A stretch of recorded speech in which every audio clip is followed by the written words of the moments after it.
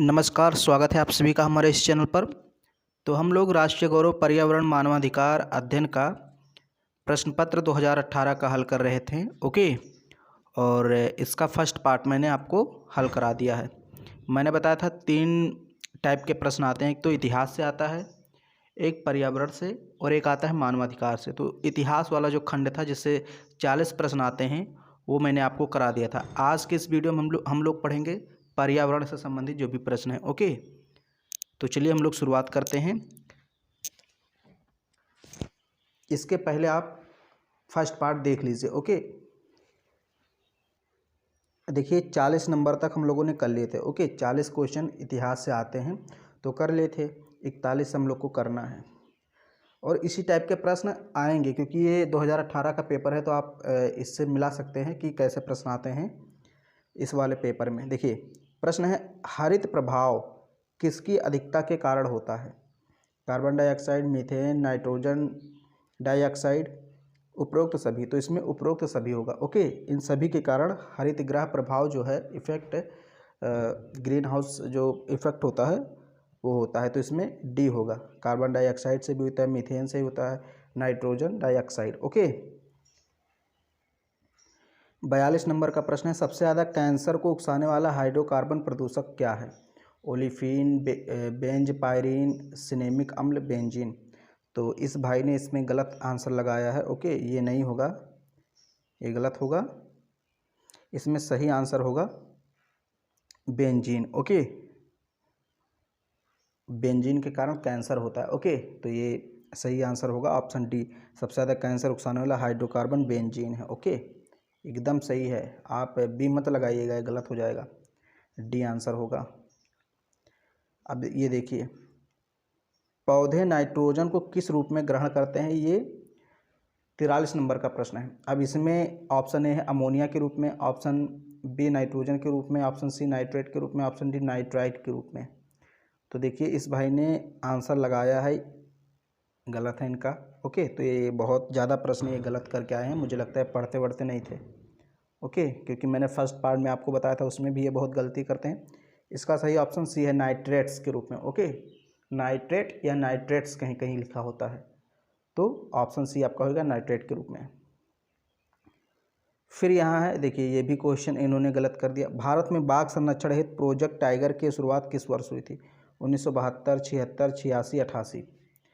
तो इस भाई ने ये भी क्वेश्चन गलत किया, मतलब सारे के सारे प्रश्न तो इसने गलत कर दिए।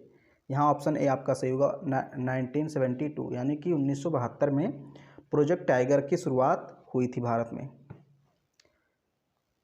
फिर यहाँ 45 नंबर का प्रश्न है, गिर राष्ट्रीय उद्यान भारत के किस राज्य में है? गिर राष्ट्रीय उद्यान भारत के किस राज्य में है? गुजरात, उत्तराखंड, महाराष्ट्र, केरल। तो यहाँ जो आपका ऑप्शन सही होगा गुजरात। ओके, गुजरात में गिर राष्ट्रीय उद्यान स्थित है। तो 45 नंबर क्वेश्चन आपका हो गया। फिर यहाँ देखिए 46 नंबर प्रश्न है आपका, निम्नलिखित में से कौन मनुष्य के रेडियोधर्मी प्रदूषण से रक्षा करने में मददगार है? निम्नलिखित में से कौन मनुष्य के रेडियोधर्मी प्रदूषण से रक्षा करने में मददगार है? Beta carotene, omega fatty acid, glutathione, उपरोक्त सभी। तो इसमें उपरोक्त सभी आपका ऑप्शन सही होगा। ओके, इन्होंने ये प्रश्न सही इसका उत्तर दिया है। फिर यहाँ पर है, निम्नलिखित में से कौन सा गैर परंपरागत ऊर्जा का स्रोत नहीं है? देखिए गैर परंपरागत ऊर्जा का स्रोत नहीं है। ओके, तो ऑप्शन ए सौर ऊर्जा, ऑप्शन बी तरंग ऊर्जा, ऑप्शन सी पवन ऊर्जा, ऑप्शन डी अणु ऊर्जा। तो ये देखिए ये सारे तो गैर परंपरागत ऊर्जा के स्रोत हैं, ये गैर परंपरागत हैं। जबकि ये जो चौथा है ये है परंपरागत। जो कोयला है, पेट्रोलियम है, जीवाश्म ईंधन, ये सब परंपरागत होते हैं। और परमाणु यानी कि जो अणु होता है जैसे रेडियम, थोरियम, ये भी परंपरागत होते हैं। तो पूछा है कि गैर परंपरागत ऊर्जा के स्रोत नहीं है, तो ये नहीं है। क्यों? क्योंकि ये परंपरागत स्रोत हैं। ओके, और बाकी ये तीनों आपके गैर परंपरागत ऊर्जा के स्रोत नहीं है। ओके, सॉरी, ये तीनों हैं, ये तीनों गैर परंपरागत हैं और ये चौथा आपका नहीं है। तो यही पूछ रहा है कि गैर परंपरागत ऊर्जा का स्रोत नहीं है। तो अणु ऊर्जा ये नहीं है। बाकी तीनों गैर परंपरागत ऊर्जा के स्रोत हैं। देखिए बेसिकली आप ये समझ सकते हैं, जो ऊर्जा, इसको नवीकरणीय ऊर्जा भी कह सकते हैं, ओके। एक रूप में जो गैर परंपरागत ऊर्जा होते हैं उनको नवीकरणीय भी ऊर्जा कह सकते हैं। जैसे ये एक बार नष्ट हो जाती हैं तो अपने आप इनका नवीकरण हो जाता है। मतलब जैसे सौर ऊर्जा, अब हम सूर्य से ऊर्जा यहाँ ले रहे हैं तो सूर्य वहाँ ऊर्जा निर्मित कर रहा है, ऐसा नहीं कि खत्म हो जाएगा। तरंग ऊर्जा, पवन ऊर्जा, ये जब तक हवा चलती है, जब तक सूर्य है, जब तक ये ऊर्जा मिलता रहेगा। लेकिन अणु ऊर्जा, एक बार थोरियम आपका खत्म हो गया तो फिर नहीं मिलेगा, ओके। थोरियम और यूरेनियम कई प्रकार के रेडियो एक्टिव तत्व होते हैं, उनसे हमें अणु ऊर्जा प्राप्त होती है। बिजली बनाने में और कई प्रकार के परमाणु हथियारों बनाने में उसका उपयोग करते हैं हम लोग। अब यहाँ देखिए एक प्रश्न है, जापान के समुद्र तट के निकट लोगों में मिनीमाटा बीमारी किस विषाक्तता के कारण होती है? तो इसका आंसर मैंने खोजा था तो वहाँ बता रहा था पारा, ओके। बाकी ये लगाए हैं कच्चा तेल के रिसाव से, तो मेरे ख्याल से यहाँ आपका ऑप्शन बी सही होगा। फिलहाल इसको आप एक बार और सही से देख लीजिएगा और कमेंट बॉक्स में लिख के बताइएगा कि आपके अनुसार इसका आंसर क्या होगा, क्योंकि कुछ आंसर ऐसे होते हैं ना कि कन्फ्यूज़न रहता है, तो इसलिए मैं आपको उस पर थोड़ा सा ये कह देता हूँ कि इसको देख लीजिएगा, क्योंकि ज़रूरी नहीं कि 100% मैं जो बताऊँ वही सही रहे। लेकिन मैंने इसको देखा था। दरअसल पारा कैसे इस रोग का कारण बनता है, जैसे मछलियाँ जो होती हैं वो पारे को खा लेती हैं। जब मनुष्य उन मछलियों को खाता है तो उन मछलियों के माध्यम से पारा मनुष्य के अंदर पहुंच जाता है, ओके। तो इस तरह बीमारी हो जाती है। बाकी आप देख लीजिएगा, मेरे ख्याल से ऑप्शन बी सही होगा। तृतीय पृथ्वी सम्मेलन का मुख्य विषय क्या था? ऑप्शन ए संपोषणीय विकास, ऑप्शन बी जैव विविधता का संरक्षण, ऑप्शन सी पर्यावरण अध्ययन एवं विकास, ऑप्शन डी उपरोक्त सभी। तो इसका ऑप्शन सी सही होगा, पर्यावरण अध्ययन एवं विकास, ओके। फिर आपका प्रश्न है 50 नंबर का, अम्ल वर्षा एक मिश्रण है, यानी अम्ल वर्षा जो होती है उसमें कौन कौन से एसिड होते हैं? ऑप्शन है यहाँ पर है H2SO4 HNO3 HCl HNO3 H2SO4 HCl उपरोक्त सभी। तो यहाँ जो बेसिकली है वो आपका मिश्रण होता है ऑप्शन ए, यानी कि सल्फ्यूरिक अम्ल होता है और नाइट्रिक अम्ल होता है, ओके। यानी H2SO4 और HNO3। फिर यहाँ है भारतवर्ष में पारिस्थितिकीय तप्त क्षेत्र हैं। Option A 1, option B 2, option 3, option C 3, option D 4। तो यहाँ 3 आपका ऑप्शन सही होगा, ओके। मैं थोड़ा तेजी से करा रहा हूँ। फिर यहाँ देखिए भारतीय गैंडा संरक्षित है। भारतीय गैंडा संरक्षित है कहाँ? कॉर्बेट राष्ट्रीय उद्यान में, काजीरंगा राष्ट्रीय उद्यान में, बांदीपुर राष्ट्रीय उद्यान में, गिर राष्ट्रीय उद्यान में, ओके। तो कॉर्बेट, काजीरंगा और बांदीपुर राष्ट्रीय उद्यान। तो यहाँ जो आपका ऑप्शन सही है वो काजीरंगा होगा, ओके। काजीरंगा राष्ट्रीय उद्यान में भारतीय गैंडे पाए जाते हैं, ये असम में है, ओके।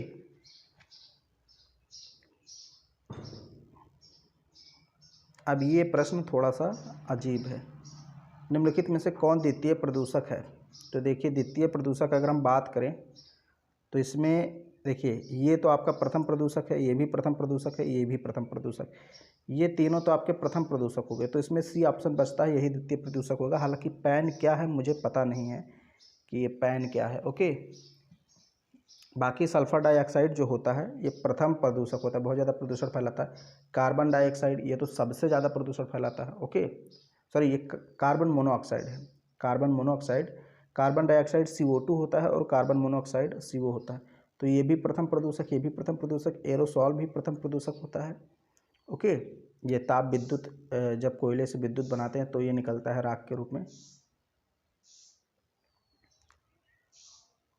और एरोसॉल नहीं होगा, लेकिन यहाँ पैन मुझे लगता है इसका ऑप्शन होगा, ओके। तो कुछ प्रश्न हैं मैं आपको बता देता हूँ कि भाई उसका आंसर मुझे समझ में नहीं आ रहा है, इसलिए मैं आपको सही से बता देता हूँ, ऐसा नहीं कि मैं गलत आपको बता दूँ। तो जो प्रश्न मुझे डाउट रहे उसको आप एक बार खोज लीजिए सही से, ओके। तो ये आप नेट पे सर्च कीजिए कि प्रथम प्रदूषक गैस कौन सी होती है, द्वितीय प्रदूषक, तो आपको पता चल जाएगा। तो ये दोनों हैं तो प्रथम प्रदूषक, ये दोनों प्रथम प्रदूषक हैं और ये भी प्रथम प्रदूषक, तो इसमें द्वितीयक जो है यही होगा।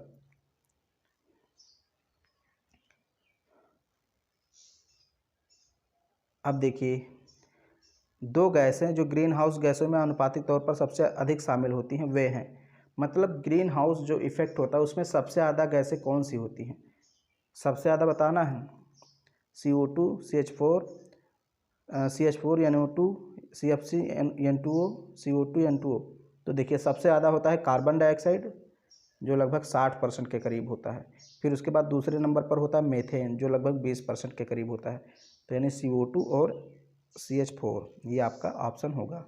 ओके, ये आपका ऑप्शन होगा ए। ओजोन परत ऊपरी वातावरण में नष्ट हो जाती है किसके कारण? फोटोकेमिकल स्मोक के द्वारा, क्लोरोफ्लोरोकार्बन के द्वारा, सल्फर डाइऑक्साइड के द्वारा, हाइड्रोक्लोरिक अम्ल के द्वारा। देखिए इन सभी गैसों का कहीं ना कहीं प्रभाव पड़ता है, लेकिन सबसे ज़्यादा जो प्रभाव पड़ता है वो है क्लोरोफ्लोरोकार्बन, CFC।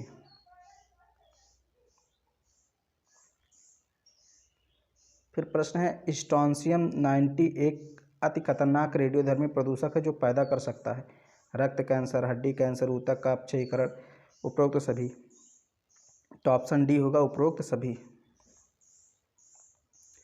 प्रदूषक रहित ऊर्जा का सही विकल्प कौन सा है, मतलब कौन सा ऐसा यहाँ पर विकल्प है ऊर्जा का जिससे प्रदूषण नहीं होता? सौर ऊर्जा, पवन ऊर्जा, बायोगैस ऊर्जा, उपरोक्त सभी। तो ये सभी हैं। ओके, इन सभी से प्रदूषण नहीं होता है, तो उपरोक्त सभी आपका ऑप्शन सही होगा।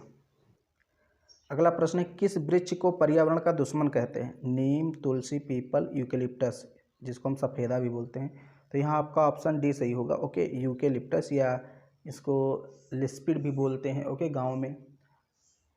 तो सफ़ेदा भी कहीं कहीं बोला जाता है, मतलब वाइट कलर का होता है, बहुत लंबा वृक्ष होता है। तो ये क्या करता है कि भाई अगर आप इस वृक्ष को लगाते हैं तो ये इसको मतलब जल की बहुत ज़्यादा आवश्यकता पड़ती है। ओके, अगर आप कहीं खेतों में लगा दें इसको बहुत ज़्यादा तो आपकी फसल बर्बाद हो सकती है, क्योंकि ये आसपास के जल को बहुत ज़्यादा अवशोषित कर लेता है यूकेलिप्टस। तो इसलिए इसको पर्यावरण का दुश्मन कहा जाता है। ओके, हालांकि इसका यूज़ भी होता है चीज़ों को बनाने में, इसकी लकड़ी काफ़ी अच्छी होती है। तो गाँवों से या खेतों से दूर इसको लगाना चाहिए। ओके, जहाँ ये लगे वहाँ आसपास खेती होती ना हो तब तो ठीक है। आपके नल में पानी आए चाहे ना आए, लेकिन ये पानी आप अपना हिस्सा ले जाएगा। ओके, तो बहुत ज़्यादा पानी को यह अवशोषित करता है, इसीलिए इसको दुश्मन माना जाता है वृक्ष, इस वृक्ष को। अब यहाँ पर है गेहूं का दाना है क्या है? फल है, तना है, पत्ती है, जड़ है? तो जड़ तो आप जानते ही कहाँ होता है, पत्ती भी जानते हैं, तना भी जानते हैं, ये फल है। ओके, गेहूं का दाना क्या है? ये फल है, मतलब फल नहीं है, लेकिन ये जैसे उसके कुछ भाग होते हैं, कोई भी पौधा है, पेड़ है, उसका भाग होता है, एक तना होता है, जड़ होता है, पत्ता होता है, फल होता है। तो ये गेहूं का जो दाना होता है ये गेहूं का फल होता है। ओके, गेहूं का फल होता है। गेहूं में बीज तो होता नहीं है, अब चाहे उसको बीज कह लीजिए गेहूं के दाने को, चाहे फल कह लीजिए। ओके, फिर है जल में घुलनशील विटामिन है A, B, BC एवं D। तो सभी लोग आप पढ़ते आ रहे हैं इसको कि B और C ये जल में घुलनशील हैं। बाकी सारी जितनी भी विटामिन बची हैं B, C को छोड़कर वो सब वसा में घुलनशील हैं। ओके, तो इस तरह से आप याद कर सकते हैं। घेंघा या गलगंड रोग किसकी कमी से होता है? Protein, carbohydrate, calcium, iodine. बचपन से इसको आप पढ़ते आ रहे होंगे, जो घेंघा रोग होता है आयोडीन की कमी से होता है। फिर है 62 नंबर का प्रश्न, शरीर को ऊर्जा प्रदान करने वाला भोजन कौन से? Carbohydrate, calorie, protein, vitamin. देखिए ये सभी हमको हमारे शरीर को ऊर्जा देते हैं, लेकिन जो सबसे ज़्यादा और जल्दी से ऊर्जा देता है वो है कार्बोहाइड्रेट। इसीलिए जब हम व्रत वगैरह रहते हैं तो हम वो चीज़ें खाते हैं जो कार्बोहाइड्रेट से भरपूर होता है। जैसे जब हम व्रत रहते हैं क्या खाते हैं? या तो आलू खाते हैं जो कि बहुत ज़्यादा मात्रा में कार्बोहाइड्रेट उसमें पाया जाता है, केला खाते हैं उसमें भी कार्बोहाइड्रेट पाया जाता है, मूंगफली खाते हैं।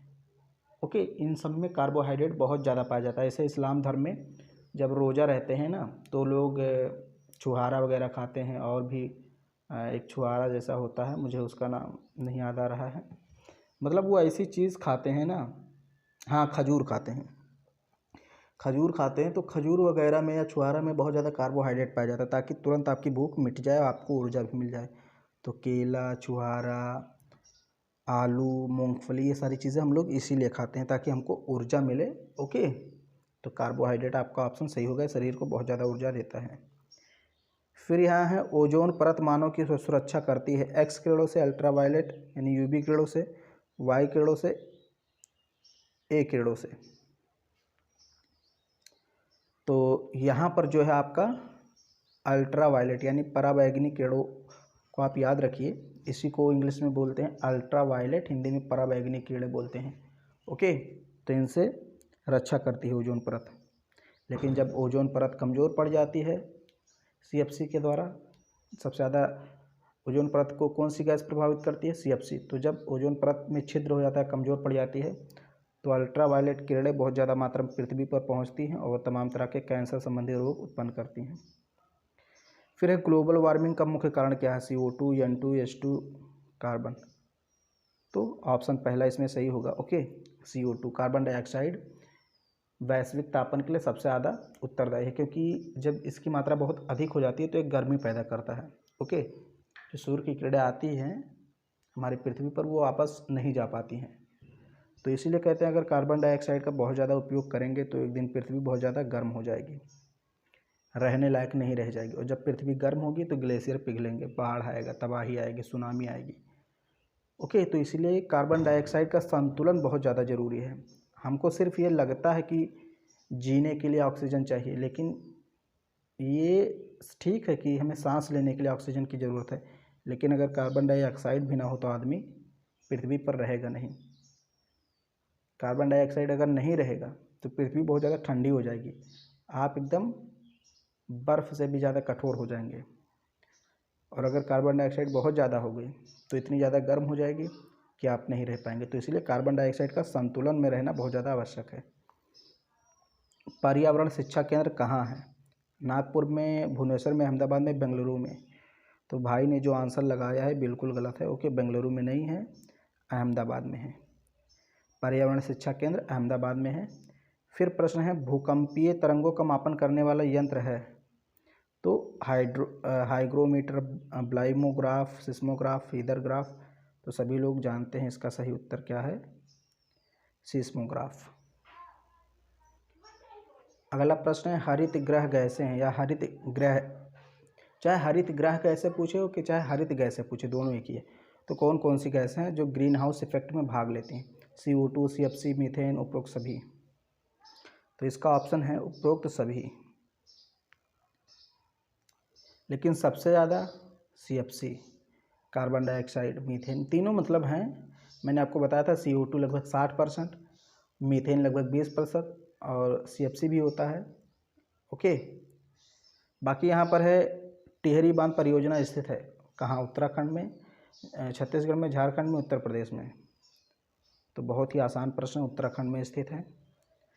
किस नदी पर स्थित है? अगर आपको पता हो तो बताइए। मुझे तो पता है लेकिन मैं नहीं बताऊंगा, आप बताइए टिहरी बांध किस नदी पर है? उत्तराखंड में है तो, लेकिन किस नदी पर बना है? वायु प्रदूषण से होने वाला रोग है अस्थमा, ब्रोंकाइटिस, फेफड़े का कैंसर, उपरोक्त सभी। तो ऑप्शन डी सही होगा, उपरोक्त सभी। ये सभी वायु प्रदूषण से होते हैं, चाहे फेफड़े का कैंसर हो, ब्रोंकाइटिस हो, अस्थमा हो। फिर यहाँ पर है आपका विश्व की प्रमुख आपात स्वयंसेवी संस्था है? Red cross, red triangle, red line, red circle. देखिए, तो जो इसमें संस्था है वो एक ही संस्था है, ऑप्शन है रेड क्रॉस। ओके, बाकी ये तीनों कोई संस्था नहीं है। ओके, तो ऑप्शन ए आपका सही होगा। फिर आपके ये मतलब हाँ 70 प्रश्न हो गए ना, तो फिर आपका देखिए 71 नंबर से है आपका, ये मैं अगले पार्ट में करा दूंगा। पॉलिटी से संबंधित कुछ प्रश्न आपके हैं, ये मैं करा दूंगा। ओके, तो अगर वीडियो पसंद आए तो इसको लाइक कर दीजिए, शेयर कर दीजिए। चैनल पर पहली बार आए हैं, चैनल को सब्सक्राइब कर लीजिए।